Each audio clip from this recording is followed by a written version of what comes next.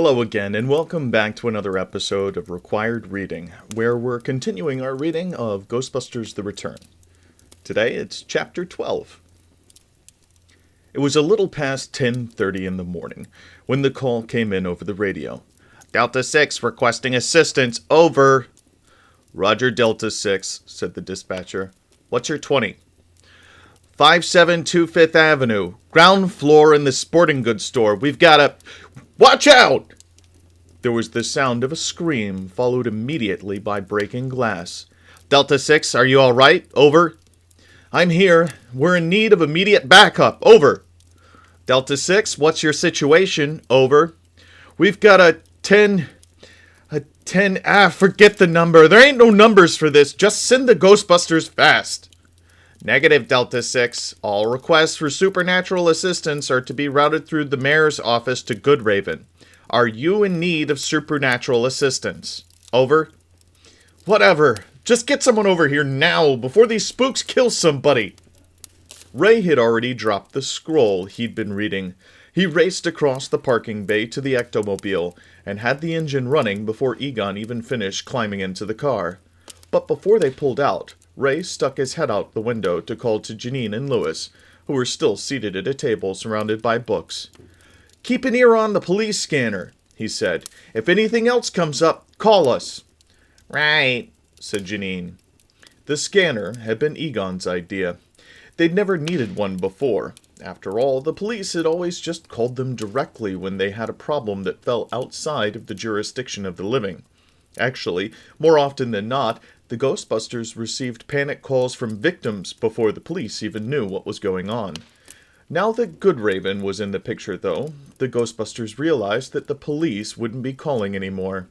That meant that there was a good chance they wouldn't know about spectral events until it was too late.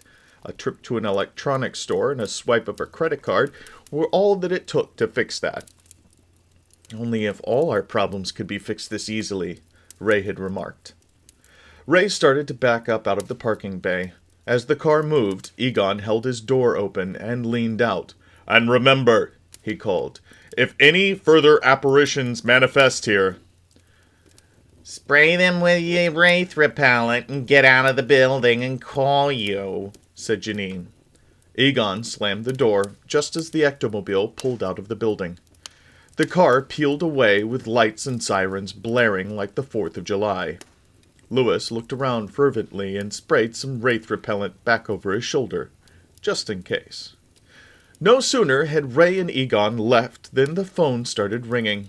Several of the lights on Janine's phone lit up, indicating that a number of people were calling at the same time.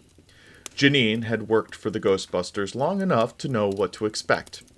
Whenever a ghost did something in a public place, they invariably got calls from various bystanders who wanted to report it.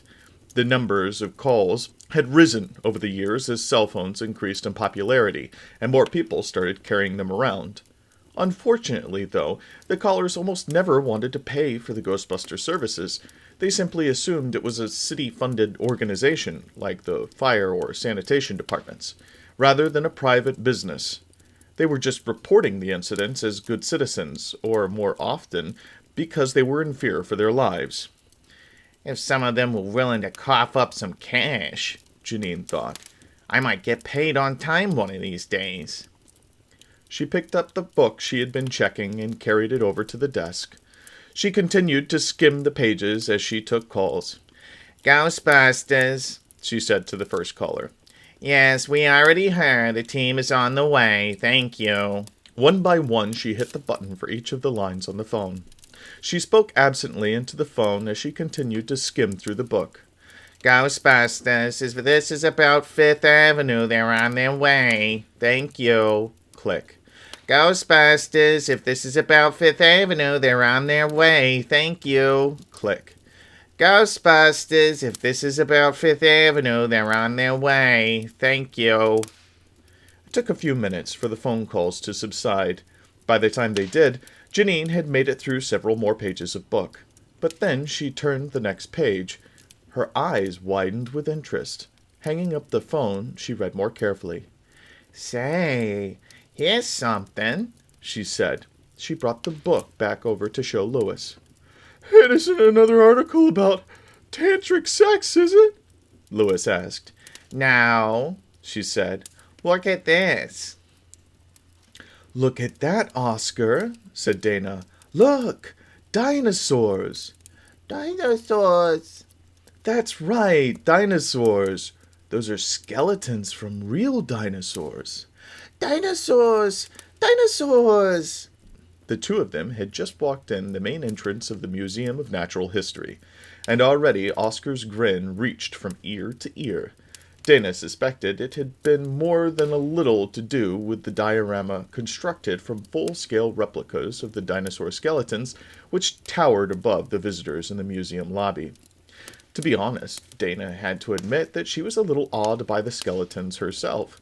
The largest was a long-necked dinosaur that had to measure at least 60 feet from nose to tail. It was rearing up on its hind legs so that its head reached almost to the arched ceiling. In any other building, that would have been the ceiling of the floor above. A similar but much smaller dinosaur stood behind it.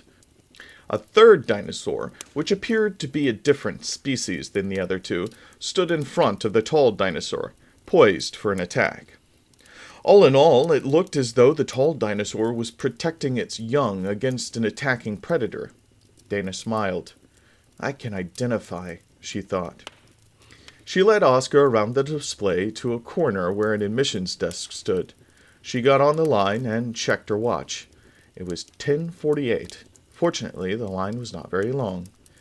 Just enough time to show Oscar the dinosaurs, drop him off at daycare, meet Peter for a quick lunch, and get to work in time for the afternoon rehearsal, she thought. Oscar was pulling on one of the velvet ropes that had been set up to guide people who were waiting in line. Dana considered telling him to stop, but he was having fun and he wasn't likely to knock over the heavy metal post between the ropes. Besides, he wasn't trying to stick the velvet rope in his mouth, yet. So she decided to let him be. As she waited to pay, Dana glanced over the free brochures that lined the front of the admissions desk.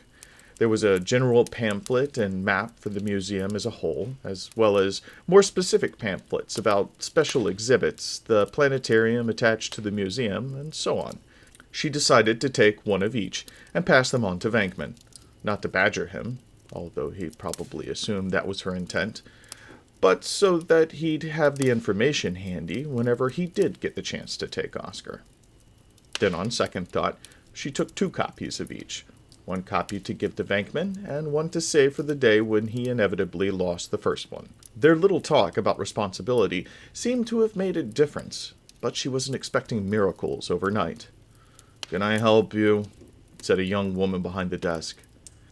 Dana gently detached Oscar from the velvet rope and moved him to one that was closer to the desk. She stepped up to the desk. Hi, one adult and one 2-year-old. Would you like to visit the planetarium or watch an IMAX movie? Dana tried to picture Oscar sitting through an IMAX movie or a planetarium show. No, thanks.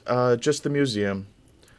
Okay, then. Our suggested donation for basic admission is $12 for adults and $7 for children 2 and older.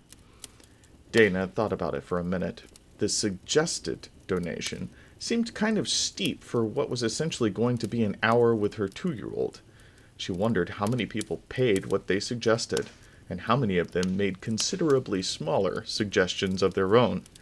But then again, the museum was a good cause, and how often did she visit?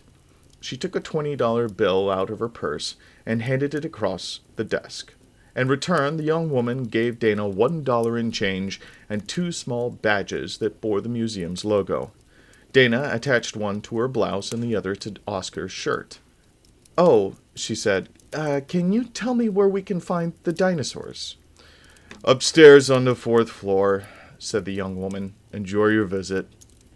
Thanks, I'm sure we will, said Dana. She turned to Oscar and pried the velvet rope out of his grip just as he was pulling it towards his mouth. Come on, kiddo, let's go see the dinosaurs. All in all, Venkman would rather have been looking at dinosaurs. Come to think of it, there are many things he'd rather have been doing. reclining in his mansion while counting his vast personal fortune, was fairly close to the top of the list. So was Nude Shuffleboard with a quartet of international supermodels. But if you skipped over the top of the list, plenty of other options sprang to mind, ranging all the way down to paying taxes and battling the hordes of undead. He'd rather have been doing either of those things too. Because as bad as any of those things might be, at least they didn't make him feel like an idiot. And that's why I hope you'll let me serve you as the next mayor of this incredible city, he said.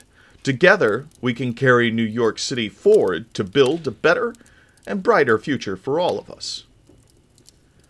Good, said Ted Golden. As the public relations person for the campaign, Golden and campaign manager John Fielding were the ones pretending to be reporters and peppering Venkman with tough questions. Let's just go over a couple of points. Let me guess, you want to shower me with lavish praise, said Venkman. The lavish praise will come after the debate, Fielding replied.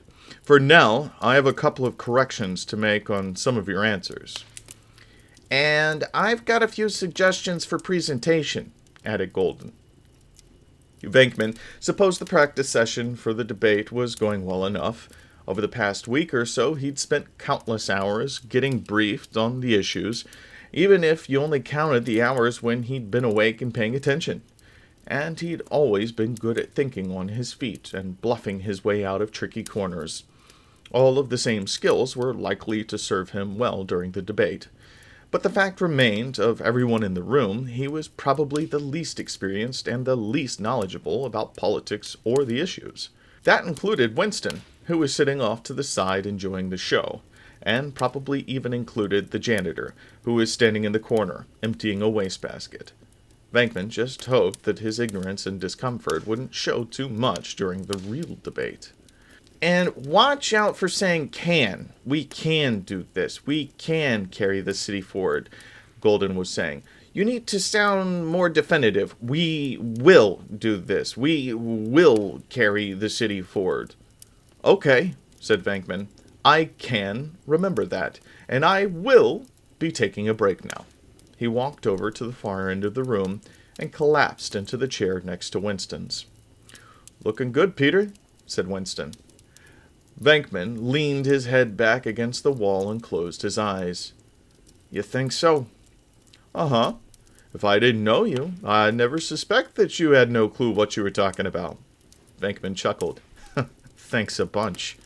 No problem. You know, you're welcome to do this debate instead of me if you want. Well, that's a tempting offer, but I don't think it'd go over real well. This is a mayoral debate, not a mayoral debate plus one candidate for deputy mayor. Winston grinned. Unless you want to trade jobs, that is. Venkman opened one eye and returned the grin. I'll think about it. You're gonna do fine tomorrow. Who, me? I'll rock. They'll probably carve my face into Mount Rushmore.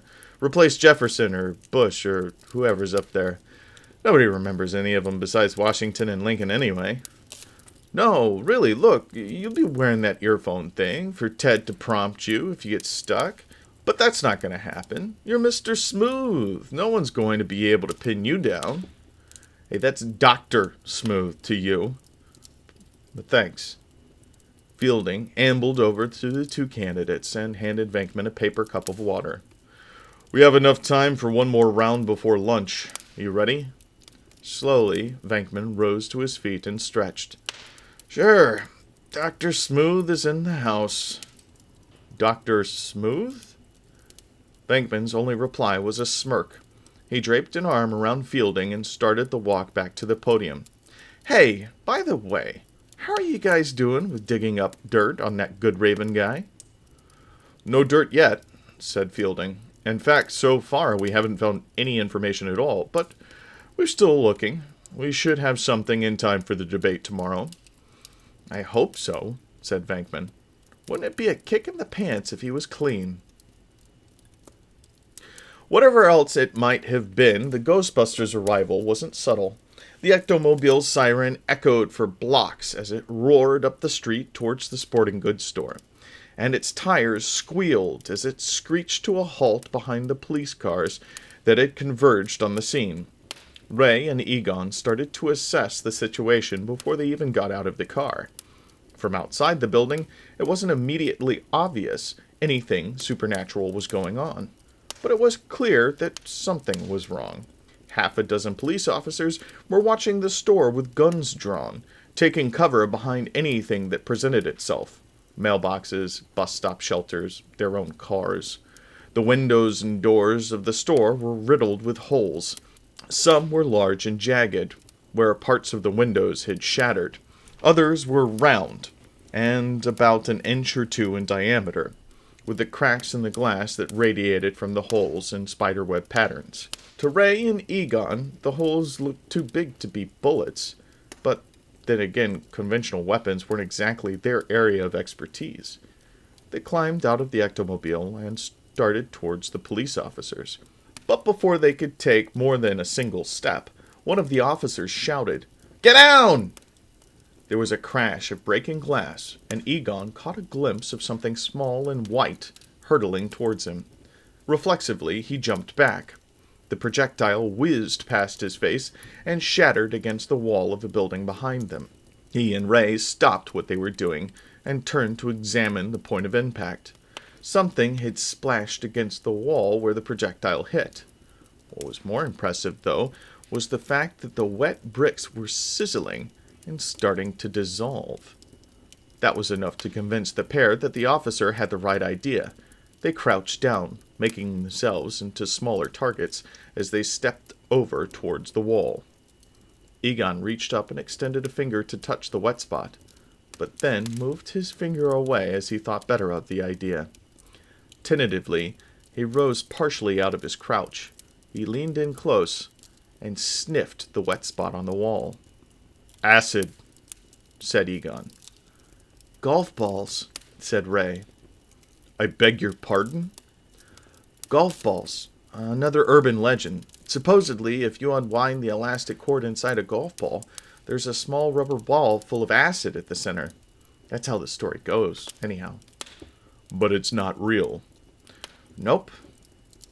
There was something about the certainty in Ray's tone. "You checked," said Egon.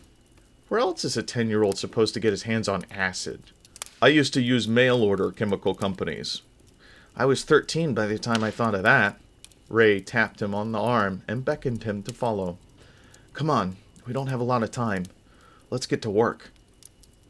Still crouching down, they jogged over to a young policewoman who was taking cover behind her car. Only her head and arms extended over the hood of the car so that she could see what was happening and keep her gun trained on the building. Egon wondered if she realized that the gun would be useless against intangible phantoms, or if she was just pointing it because she didn't know what else to do. Suddenly, there was another crash, louder this time. A barrage of golf balls erupted from the store, smashing into buildings, cars, and pavement. Everyone on the scene ducked down behind something to take cover. Distracted by the deadly volley, the policewoman didn't notice Ray and Egon approaching. She did a double take when they plopped down beside her car. "What do you think you're doing?" she barked. "Get out of here! This is a restricted area!" "Ray Stantz, Ghostbusters," said Ray. How many entities are inside the building?" "I don't care if you're the amazing Ronaldo and Miriam," she replied. "Get out of here!" Ray and Egon looked at each other. They weren't used to this sort of reception.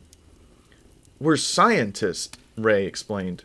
"We're here to help." "Not today, you're not. We're under strict orders not to request or accept assistance from you guys. The situation here is under control." Egon peeked over the car to survey the area. "This is under control?" he said, a little incredulously.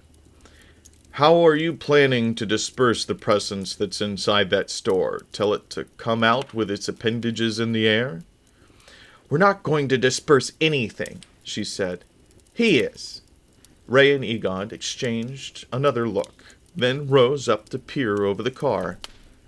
"Is that..." Egon asked. "Must be," said Ray. "Jonathan Goodraven." Sure enough, a man in period clothing was emerging out an alleyway a few doors down from the sporting goods store.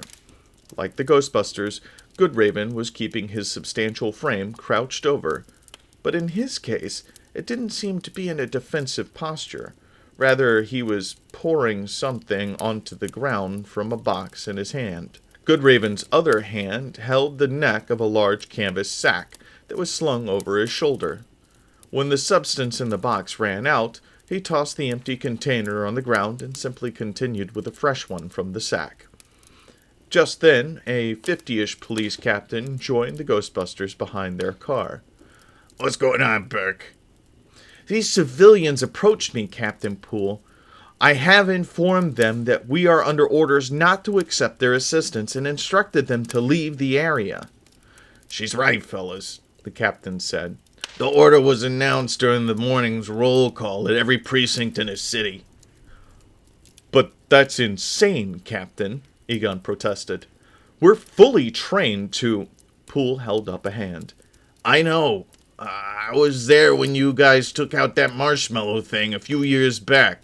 You guys aren't exactly neat, but you do get results." "So why—" "Because we have orders. If you were to offer to assist me or any of my men, or request any information, we would have to turn you down." Egon started to say something, but Ray laid a hand on his arm to stop him. He studied the captain with a thoughtful look. "So we can't offer any assistance to you or your men?" "Exactly," said Poole. Egon noticed that the edges of his mouth twitched slightly, as though he was suppressing a smile. "But if we were to go ahead on our own, or offer to help Goodraven directly—" "Not my affair. That would be up to him." "And if we were to ask you for information, like how many entities are inside—" "We would not be able to supply you with any information about the 4 perpetrators or the 2 clerks and 3 customers we haven't been able to get from the store." Ray smiled. "Sorry you can't help us, Captain." "Just doing my job." With a mutual nod, Ray and Egon peeked through the car windows to make sure the coast was clear. Then they took off running as best they could while crouching and wearing proton packs. They caught up with Goodraven while he was still in front of the building next door to the sporting goods store. As they got closer, they could see that the substance he was pouring on the ground was salt. A long, neat line of it stretched out of the mouth of the alley. As he poured, Goodraven mumbled, "In nomen impius, amen." Not surprisingly, Ray decided to give the friendly approach a try. "Mr. Goodraven," he said, with a smile and an outstretched hand. "Good to meet you. I'm Ray Stantz. This is Egon Spangler, Ghostbusters." Goodraven gave no sign of hearing Ray as he continued to work. He connected the line of salt to the end of another that stretched down the block. Apparently, the whole thing formed one huge ring. Hello?" said Ray. Only after the job was complete did Goodraven raise to his full height and look at them. Egon suppressed a shiver as the dark gaze fell upon them. Somehow, when Goodraven was crouched down, he hadn't looked quite so big. Again, Ray extended a hand, although his smile was a little more forced this time. "Ray Stantz," Ray repeated in a tentative voice. "Egon Spangler? Ghostbusters?" "Ah, yes. I have heard tell of thee," said Goodraven, without taking Ray's hand. He looked them over with an evaluating eye. "Thou hast not the mien of those who do the Lord's work." As far as Egon was concerned, that was enough to touch a nerve. "Perhaps that's because we're scientists, rather than slaves to some antiquated notion of—" "Whoa, whoa!" Ray quickly stepped between them with an ingratiating, if uncomfortable, smile. "I can assure you that we all share the same goals. Can we be of any help?" "I have no need of thine assistance. nor that of any other. I have performed a binding ritual to contain the dark forces that lurk within this structure. Ray looked along the ground. That's a lot of salt. Egon was still feeling too testy to be impressed. Binding them is only 50% of the task, he said. Do you have a plan for removing them too? Or were you planning to leave them there indefinitely? Once bound, it is a simple matter to cleanse their foul taint off this mortal plane. Good, said Ray.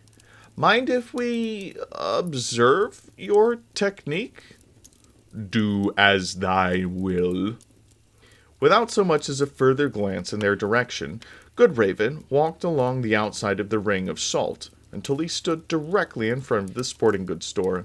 He laid his sack down on the ground. He bent down, reached inside it, and pulled out the largest flamethrower that Egon had ever seen. He pointed it at the store window and released a tremendous bolt of flame that instantly transformed the store into a blazing inferno. Half of the police officers were frozen in shock. The other half were on their radios calling for immediate assistance from the fire department. Ray and Egon and the police captain all rushed over to Goodraven, grabbing at the flamethrower in his massive arms. "What are you doing?" Poole screamed. "I should think it clear," Goodraven replied in his usual grim tone. "I am ridding this structure of evil influences." "You set it on fire!" shouted Egon. "I have long found the purifying power of righteous fire to be most efficacious." "But there were people inside!" yelled Ray. "Those who do truck with shades must share their fate." "We can't wait for the fire department. We gotta get all those people out of there," said Poole.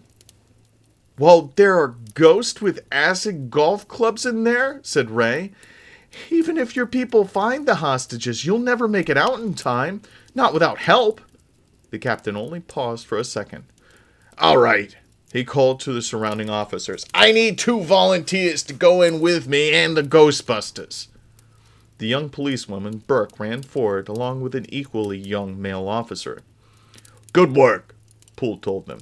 "Sing out when you find the hostages, and then get out of there like the devil himself is at your heels." "Because he probably is," muttered Egon. "Go!" Side by side, the captain, the 2 police officers, and the Ghostbusters plunged through the door into the burning store. Goodraven stayed where he was, watching them with the same grim, impassive expression he'd worn throughout the whole exchange. Quietly, in his rumbling voice, he intoned, "For I shall rain down fire upon their heads, and sulphurous brimstone upon their houses, and they shall know my power, and fear my name."